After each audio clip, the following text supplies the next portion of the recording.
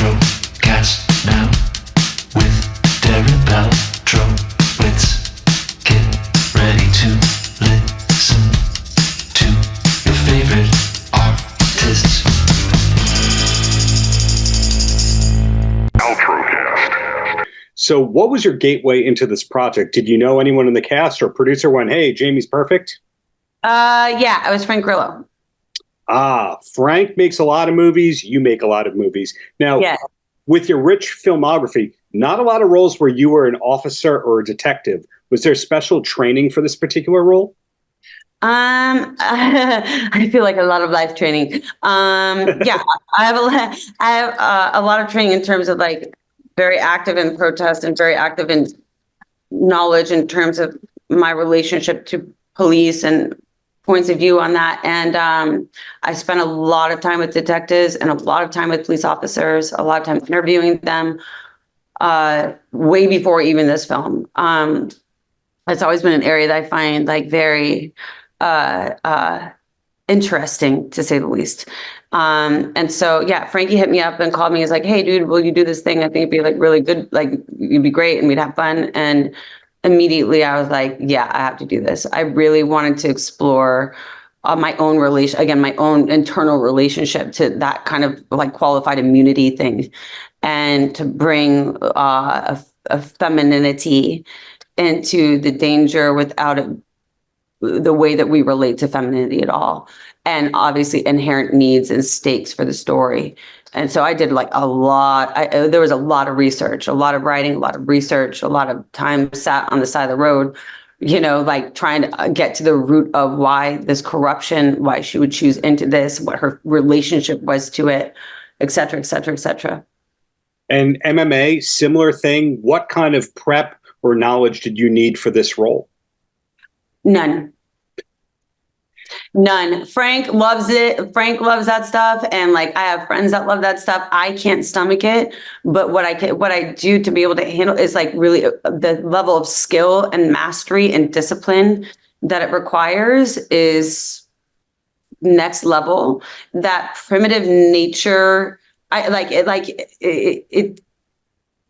it's terrifying, and again, it's not something that I can stomach very well, but when in the context of what it was for the film, I was able to be connected and disassociated at the same time, because her need and her stakes were so high that I was able to observe it from like a different sphere, if that makes sense. And that's why I wanted to really bring in a quiet, intimate level of danger to it, because the rest was so like boom, popping, like, you know what I mean? Like, yeah. Then and Fight Club honestly really helped me a lot. Right. Well, besides yourself, besides Frank, Mackay's great, Dermot's great, a lot of people we recognize in the film. But I didn't realize that Justin from the band Blue October was there, Stan the man. Yes, he was fantastic. Actually, he was so fun. He was so good, so electric, and so like present. You know what I mean? Like he has an electricity to him. Did you know that was a guy from a huge rock band when you met him at first on the set? I didn't, but he felt like a rock star. Do you know what I mean? Like he felt like it, but without exuding that sort of like rock, like you could, like there's something to people that are rock stars. Like there's this quiet, like, again, electricity, like where you're just magnetized to them. And he was so focused. He was just so fun to work with and so good, like so good. Well, if I can keep the compliments going before I let you go here, your career has had so many varying areas where you found success, where you're in an action movie like this, an Escape Plan and the sequel and that kind of stuff. But you've also found success at voiceover in that world. Yet we also see you on Comedy Bang Bang and White Chicks and over the top funny things. But at the same time, lots of music videos. Was the plan all along to be this diversified with all your acting? Because, of course, also writer-producer. Yes. It was never planned to be diverse. If anything, like I remember in the beginning, they were like, you're so fantastic at drama. You're so fantastic at comedy. Which direction do you want to go? And I was like, that's the most absurd question I've ever heard in my life. Like, why would I ever want to pick a lane as an artist and stick to that when Like, that's crazy. That's like, oh, you only get to read this many, like this kind of book for the rest of your life. It's like, no, I want to explore everything. And so it's whatever speaks to me, you know, and who I get to learn from and who I get to be around. And like, I truly, like, it's a very amazing, profound thing to me to find the funny in things and to find the drama in something. One can't exist without the other, you know? So I just love being around all of it. It's never been intentional. The only intent I've ever had is to learn as much as I can and to get closer and closer to the truth as I can, and to be the finest at what it is that I do through that flexibility and through learning how to become fearless about my approach and studied in my approach. Got it. I just want to tell stories. I just want people to not feel alone. That's all. Awesome to hear that. Well, Lights Out is a new movie to us. To you, it's not such a new movie. Are we allowed to know where we're going to see you next, or see your work as a writer or producer next? Yes, I'm in pre-production to direct my first feature called Kill Me Now, written by Jacqueline Singer, and the cast is amazing. I'm very, very, very excited about that. And there are several other projects that I'm not allowed to talk about yet, which sucks. But I'm just thrilled. I'm just thrilled to be able to make movies and to produce and to write and to direct. And it's a dream come true. It really is. It really is. And the last question before I let you go, again, as I called out, you were in a lot of music videos for different genres. LP has nothing to do with filter, etc. What's the last concert that you went to for fun? LPs. Ah, okay. And that was I've interviewed LP a few times. What do you call LP when you're addressing LP? You actually say LP? Yeah, LP, or like babe, baby, dude. You know, we just have constant voice. We talk almost every day. You know, she's my. You know, sounds like a ride or die type. Oh, we're ride or die. We're ride or die. The amount of voice memos exchanged is through the freaking roof. It's always like, hey, dude, yeah. I love her. She's so brilliant. She's so amazing. You know, so amazing. Well, thank you for the years of great art. Looking forward to that directorial debut, and just keep up all the great work out there, Jaime. Thank you. That means so much to me. Paltrocast. Good afternoon or good evening to you. It's good morning for me, but how's your day going besides having to do press and deal with the weather and all that kind of stuff? Yeah, I just had a really nice interview just before you for a magazine. Day is going well. I'm looking forward to going to New York. And my daughter's going to meet me. She's going to fly over from LA for the weekend. So that'll be nice. And it should be fun. Awesome. Well, before I throw you compliment after compliment, thank you again for rescheduling this interview. This guy every now and then flakes, and he flaked today due to an emergency. So thank you again. That is on the record. Now, back to you in the book. As a person who taped interviews a long, long time ago, one of my COVID projects was digitizing some of my old interviews. And it was a struggle because I used to record on mini tapes. So finding the mini tape recorder that I could then digitize, it was not easy. In your case, this new book, a lot of old interviews. Did you have those tapes readily available? Well, let me tell you a very sad story. And that is, I did those interviews between 1988 and 1990. And I carted all these cassette tapes around with me. And then I moved to England and different places. And I was so nervous of anybody stealing them. And I didn't know anybody personally who could send, when the time came, put them into MP3 so they're easier to sort of keep. So I just thought, well, I'm never going to use them again. And I don't want anyone to take them. And it would just be such a relief not looking after them if I destroyed them. So I destroyed one after the other in this mad frenzy, but kept 8. And I have no idea why I kept these 8, but I did. And then I had a friend who then actually could turn it into MP3. And so I transcribed these 8. So Joni Mitchell and George Harrison and Ringo and Eric Clapton, Ravi Shankar, Don Henley, Graham Nash. Who else have I left out? And one other person I can't think of right now. And so it was amazing. So I was listening to them for the first time in probably 35 years. And I tell you what, it was so moving. Just exactly what they were saying is so relevant and important. And, the creative spark is timeless. Mm-hmm. And this book, you were able to combine those older interviews and the ones that you revised by retranscribing with Atticus Ross and some newer talent. So in a way, you could say it's like Jenny's greatest hits. Yeah. It's a best of in a good way. It's old and it's new because it's interviews from the 80s and also interviews from today. When did you know that you were done with the book?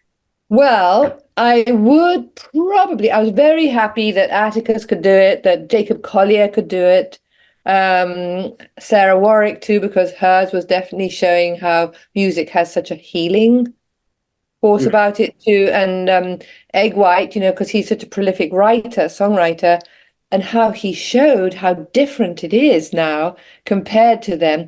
I was trying to get Phoebe Bridgers, and her mum had said, she would just really be honored to do that.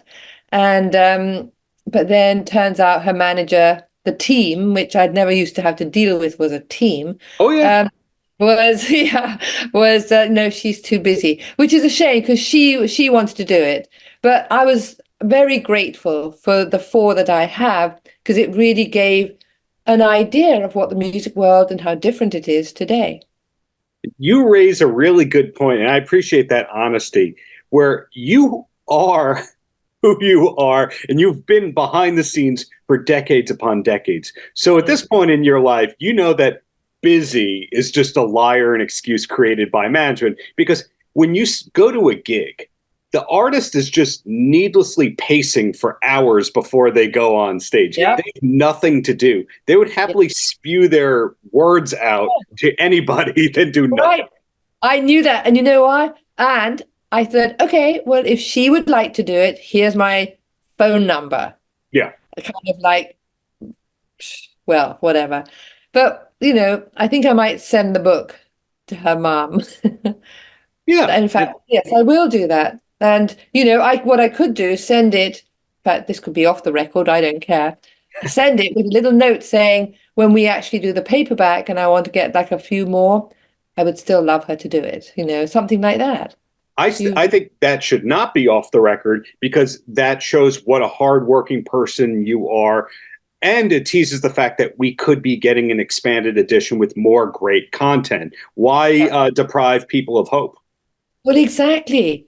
And this is important stuff. Yeah, so you are affirming what I'm saying. I had a book come out last month about David Lee Roth from Van Halen, who I'm assuming you did not cross paths with. But you kind of learn that writing a book is less than 20% writing a book. It's really 80% dealing with publishers, with deadlines, with begging people to do you favors, etc. Or am I wrong? Right. No, and transcribing and rewinding and transcribing, I mean, it was intense. Pretty much all of last year was spent on this book, putting it together. Yeah. And that's without factoring in that you're traveling to New York in a couple of days to begin the whole media process of this whole thing. Now, going to a convention like that, you're going to tell the same stories in a way over and over and over again, and you're going to hear a lot of the same over and over and over again. But you don't strike me as a shy person like most authors are. No, it's funny, actually. I was talking to someone earlier today. It's like, to be a writer, you have to be an introvert, I feel. But you can also be extrovert too. And I think the older I've got, the more I'm getting in touch with my extroverted part. Because actually, I'm going to love standing up there and telling them all about the book, whereas probably 10 years ago, I wouldn't have been able to stand up because my knees would be quaking too much. And I would, I just couldn't do it. I'd pass out or something. But now I find that joyful. And I think it just changed, I think a lot of it is because I feel I'm communicating with people, and I feel that connection is like one of the most important things to me. And you just look at these people, you look them in the eye, one after the other, and it's so great because they're hearing what it is. And then when they ask questions, that's brilliant. It's wonderful because I want to tell the story. I want to show what it was like, and, that we all can be creative and, Well, for me, and if I can keep the compliments going, what I love about your book is its history about topics I really enjoy from somebody who's actually there.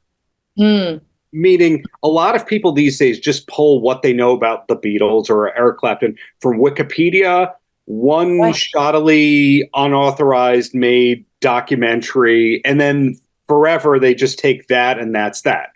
They don't think of all the people who were in Eric Clapton's band for decades. With George, a lot of people have the visual in their mind. They think of 1966 George. Then he's in the Traveling Wilburys. They don't think about the 2 decades in between the two, which you saw. So for you, was there any hesitation in revisiting the past? Some people love the past more than others. No, it was brilliant. It was wonderful. It's also vivid to me. And what they were saying was just, so moving, so touching, so inspiring. And their honesty was, it was fantastic. And I think it was good in as much as they knew that I was not one of them, but that I knew the rock and roll world, having been married to Mick, having lived with all of Fleetwood Mac, having been to India and spending that, whatever it was, 2 months with the Beatles and knowing George, all that stuff. They knew that I had history, basically, but also that I had trained to be a counseling psychologist. So I had that ability to really listen. And I think, if you feel someone's really listening to you, you open up. Well said right there. I'm finding that when you talk to people who knew or were around the Beatles, they either have everything or they have nothing in terms of the physical items. When you speak to May Pang, who was lovely to me, she has everything.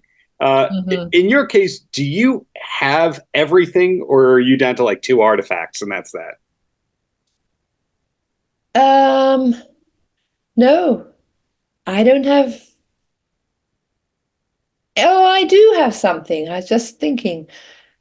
Yeah, in the days where there was fax machines, I got a fax that George wrote to me, and sending, what was it? Just sending love and, talking about Maharishi, and just this little fax, which is so frail now that it's almost not even there. Right. But for some reason, I have that amongst all my sort of funny little things that I keep, a lot of things I just throw away, because I just would move around so much. You've been everywhere. London, San Francisco, right? Los Angeles, New York. Did you add a New York period? I didn't know, but I spent a lot of time in New York, back and forth, with them, on the road and stuff, and then all around America on the road.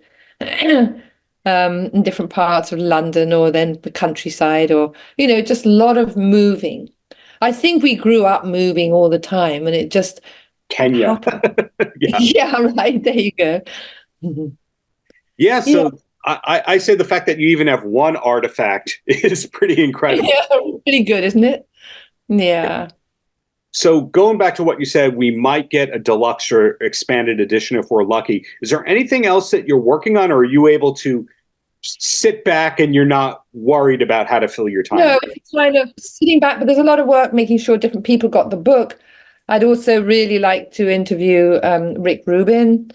That would be very cool. So, already I'm kind of thinking at some point I would like to do a few more interviews, but at the moment there's a lot of work kind of with kind of promoting the book. And when it comes out in the States, excuse me, I think I am going to the States for a month in July, so we're already thinking about doing like a little book, I don't know, something for fun really, in one of the bookstores there.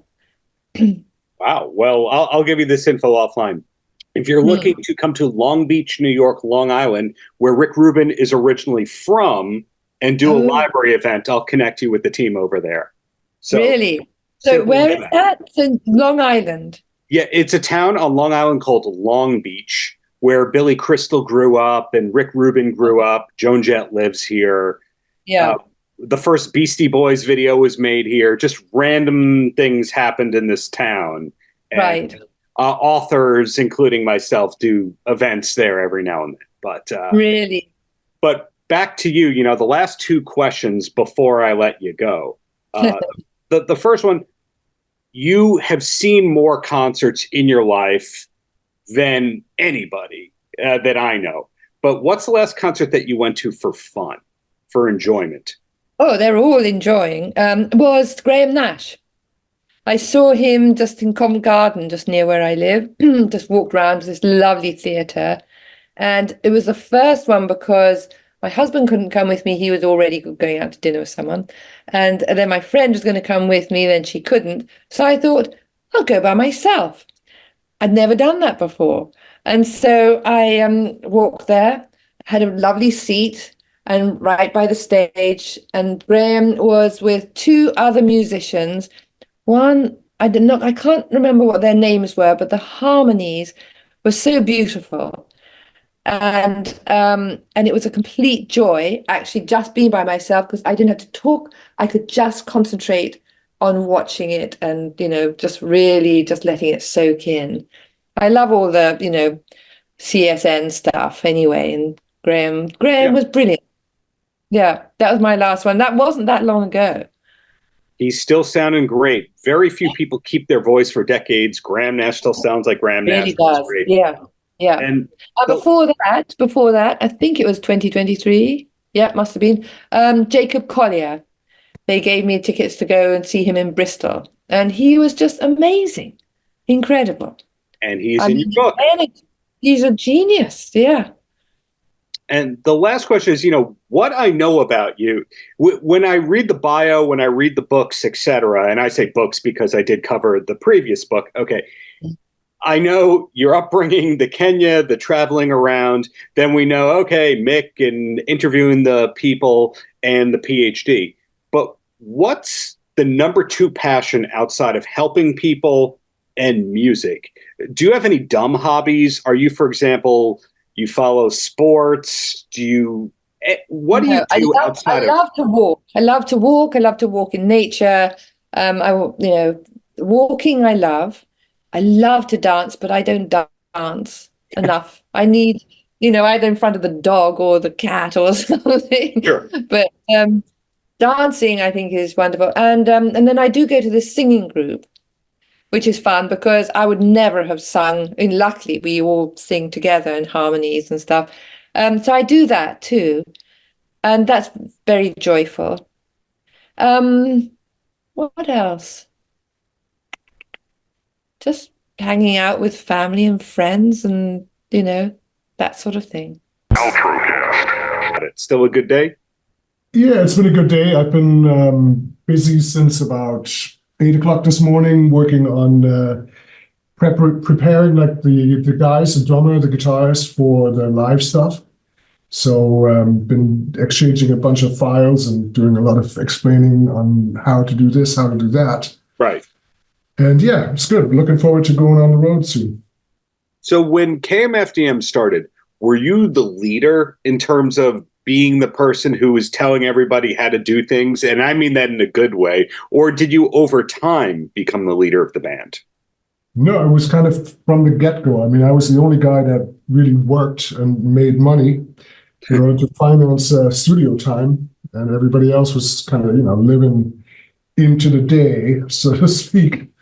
And No, it's just kind of, I don't know, it just fell to me right from the get-go, and that has kind of remained the way it is now. Right. So is this the official 40th year of KMFDM, or do you not think about years like that? Actually, on February 29, in 20-some days, we're having 40 years exactly to the day. I say that because some people hate birthdays and anniversaries and that kind of thing. And then other people hear dollar signs every time they hear anniversaries and birthdays. No, it's 40 years, but I don't know. I'm not really for celebrating. I'm just looking forward to the next sort of milestone that will be 50 years. Interesting. And, 40 years in, still playing big venues around the world. One thing I didn't know is, were the hits the same hits everywhere in the world, or is the US kind of behind the rest of the world? That usually happens with legendary bands. Well, the US is our main market for both record sales and streaming as well as touring. We haven't really been that much around. We've done one stint in Australia and been to Mexico once, but a long time ago. And other than that, it's just really America, and then sometimes we did Europe.